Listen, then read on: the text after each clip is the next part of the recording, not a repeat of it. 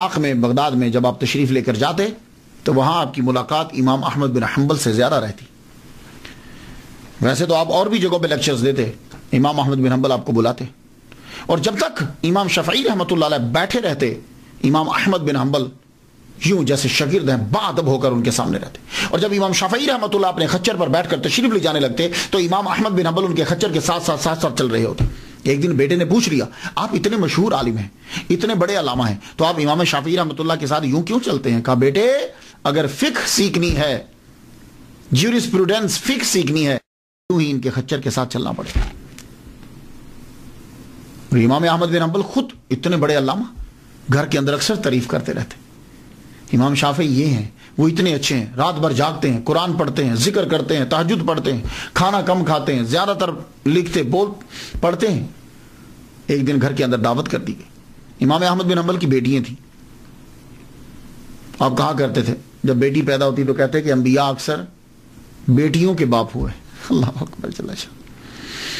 ایک دن دعوت کی، اپنی بچیوں کو بتایا میرے دوست آ رہے ہیں، امام آ رہے ہیں، استاد آ رہے ہیں. انہوں نے کھانا پکایا. تو آپ کو پتا ہے عادت یہ ہے کہ جب کھانا پکایا جاتا ہے تو مہمان کے آگے سب رکھ دیتے ہیں کہ چلو جو بچے کا بعد میں کھا لیں گے. کھانا رکھا گیا. امام شافعی رحمۃ اللہ پورا کھانا، ساری روٹیاں، سالن سارا کھا گئے. خالی برتن واپس گئے تو لوگ پریشان ہو گئے، گھر والے سارے، لیکن پوچھا کوئی نہیں. لوٹا پانی کا بھر کے رکھ دیا، صبح اٹھ کے تہجد پڑھیں گے. لیکن جب فجر کے وقت اندر گئے تو دیکھا تو لوٹا پانی کا بھرا پڑا ہے. وہ لوٹا اٹھا کے باہر لے گئے. اب بیٹیاں بھی حیران ہوئی اور روجا بھی چکر کیا ہے؟ آپ تو کہتے تھے کہ کھانا کم کھاتے ہیں، پورا کھا گئے، اور آپ کہتے ہیں تہجد پڑھتے ہیں. تو انہوں تو لگتا ہے کہ سوئے رہے ہیں، تہجد پڑھی ہی نہیں انہوں نے. آپ فجر میں اندر گئے ہو تو لوٹا ویسے ہی پڑا ہوا.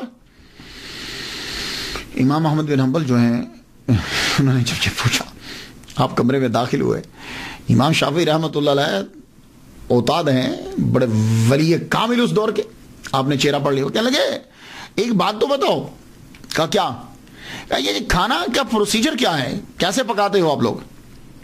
تو امام احمد بن حنبل بتانے لگے کہ میری بیوی، میری بیٹی ہیں، ان کا طریقہ یہ ہے کہ کھانا جب پکاتی ہیں گندم پہلے نکالتی ہیں. تب کیا ہوتا تھا، گندم صبح کے ٹائم پیستے تھے گھر کے اندر ہی. گندم نکالتی ہیں تو قرآن پڑھتی ہیں، پیستی ہیں تو قرآن پڑھتی ہیں، آٹا گھونتی ہیں تو قرآن پڑھتی ہیں، پکاتی ہیں تو قرآن پڑھتی ہیں. کہنے لگے بس یہی تو میں سوچ رہا تھا. فرمانے لگے بات ٹھیک ہے، میں کھانا بہت کم کھاتا ہوں. کھانا نہیں، کیونکہ کھانا کھانے سے پیٹ بھرتا ہے، زیادہ کھائیں تو بخارات اٹھتے ہیں، آدمی کو نیند آتی ہے، سوچ نہیں پاتا. میں کھانا بہت کھاتا ہوں لیکن بہت کم کھاتا ہوں. لیکن یہ کھانا جب میرے سامنے آیا، میں نے پہلا لقمہ توڑ کر چبا کے جب وہ میرے حلق سے نیچے اترا، وہ پیٹ میں گیا، میرا قلب شروع ہو گیا، یعنی ذکر کرنا شروع ہو گیا. تو میں سمجھ گیا کہ کوئی اسپیشل کھانا ہے. تو میں نے خود سے کہا آج جتنا ہے یہ کھا لے، شاید زندگی میں ایسا کھانا پھر دوبارہ نصیب نہ ہو. اللہ اکبر جل شانہ. تو فرمان لگے وہ میں سارا کھانا کھا گیا. ساری رات میرا قلب جاری رہا، ذکر کرتا رہا. میں سویا ہی نہیں. میں سوتا تو میرا وضو ٹوٹتا تو میں وضو کرتا نا، تو وضو کرتا تو پانی استعمال ہوتا. میں سویا ہی نہیں. اللہ اکبر جل شانہ. یہ تھے لوگ اور وہ تھے گھر والے. آپ دوسرے محدثین کی طرح بالکل نہیں. امام احمد بن